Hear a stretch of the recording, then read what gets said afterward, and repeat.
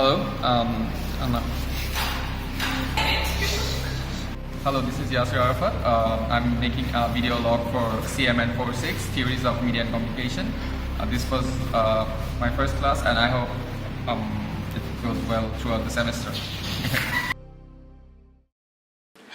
Hello everyone, I'm Yasir Arafat, and I'm going to create a vlog on CMN406, which is Theories of Media and Communication.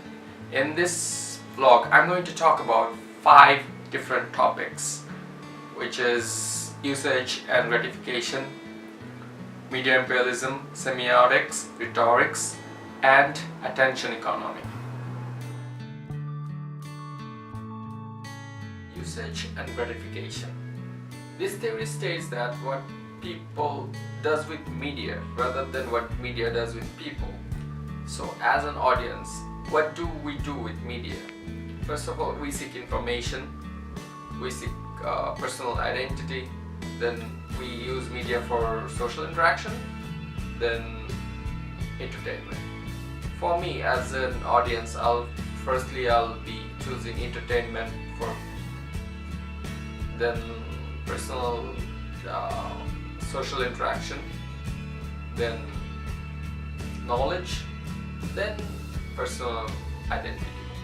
So with this media usage, a communication channel can actually find out what people are looking for, what are their interests, what are their likings, and based on that they can actually create their own shows or their own contents. They can enrich their content with whatever the likings people have. Media imperialism. When a large nation with strong media sector has influence over the smaller nation's media, it's called media imperialism. So for an example, our neighboring country India has a very strong influence of media over our country. Our people will follow or watch their movies, their soap operas, listen to their music, and even follows their trends, and etc. etc. So how did they establish that? By creating something better, mostly. This has very bad impact on our media, because as a smaller nation, it is actually harming our media to grow. This has a bad influence over our media. So as a smaller nation, it is very bad for our media sector to have this kind of influence from this large nation. Our media sector cannot grow large because of the impact India has over our media. Even our own culture identity is in crisis because of the other media influences. Our own culture is dying. Many of our culture is not there anymore, and we are adopting other foreign cultures through this media imperialism. Semiotics is the study of sign and symbol. Whatever we see in the media or any sort of social media and film or television, if we see any kind of signs or symbols or sounds, combine all those things, they create some kind of message that we, even in our subconscious mind, we decode it the way they want it. It's for the way people want to portray some things.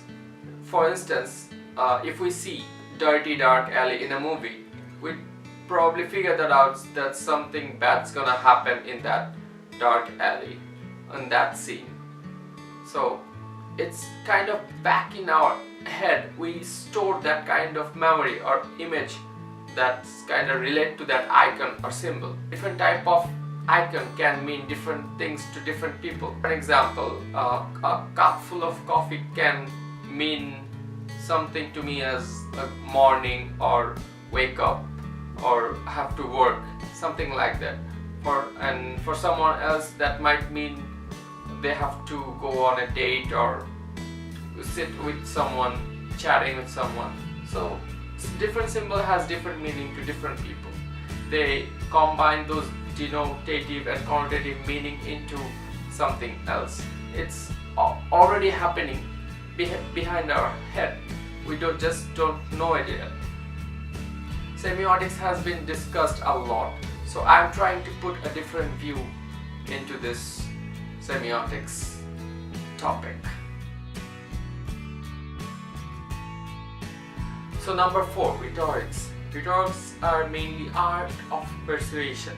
Whenever a speaker or writer is trying to pursue their audience or their listeners to think of something or to get something from them, to imagine something, they are using rhetorics. Even a salesman or any politicians, even the teachers, they use rhetorics to persuade their audience to listen to them and get the message delivered. Mostly politicians are known for using their rhetorics, then the targeted salesmen, and even we use rhetorics all the time and maybe we don't even know it. Whenever we are trying to pursue someone to do something or get something for us, we are using rhetorics. Whenever we are trying to convince anything to anyone, we are using the rhetorics. Famous philosopher Aristotle has divided rhetorics into 3 groups. It's ethos, pathos, and logos. So in ethos, we are believing something from a trustworthy source, for like a very close friend or our parents or siblings or someone who knows that whatever they're talking about. If we're listening to something relevant from them, we're already convinced. That's ethos. Now pathos. Whenever the corporation is trying to pursue their consumers to buy their products using sensitive sentiments or patriotism, or trying to hit their emotion, trying to convince them to buy that product, they are using pathos. Logos is more logical.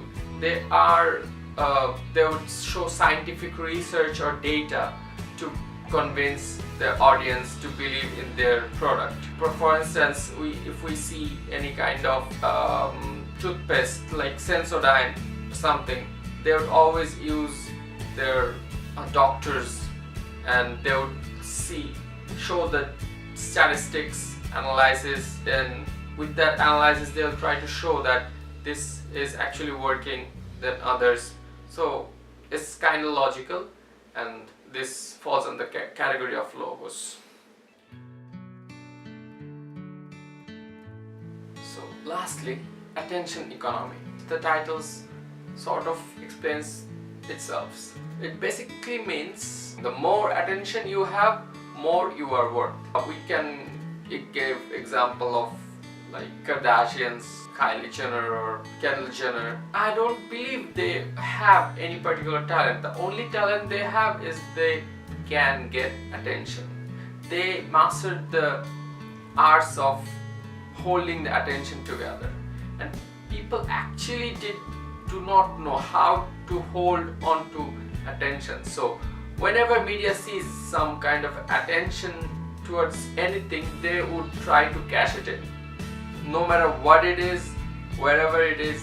There was this campaign by Coke in Saudi Arabia few days back. It was about our dad was teaching his daughter how to drive, because that's the few days ago Saudi Arabia allowed women to drive first time. So they tried, that topic was getting the attention and Coke was trying to cash it in.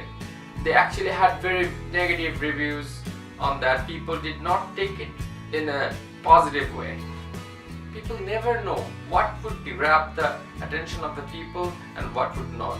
So they have to be spontaneous, and even if you are like trying at your best, people might just lose interest in the middle of nowhere.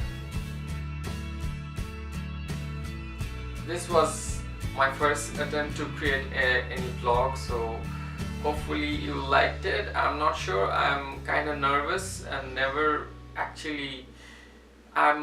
actually behind the camera person, not in front of the camera person, so please try to be as liberal as possible. Thank you for watching. Have a good day.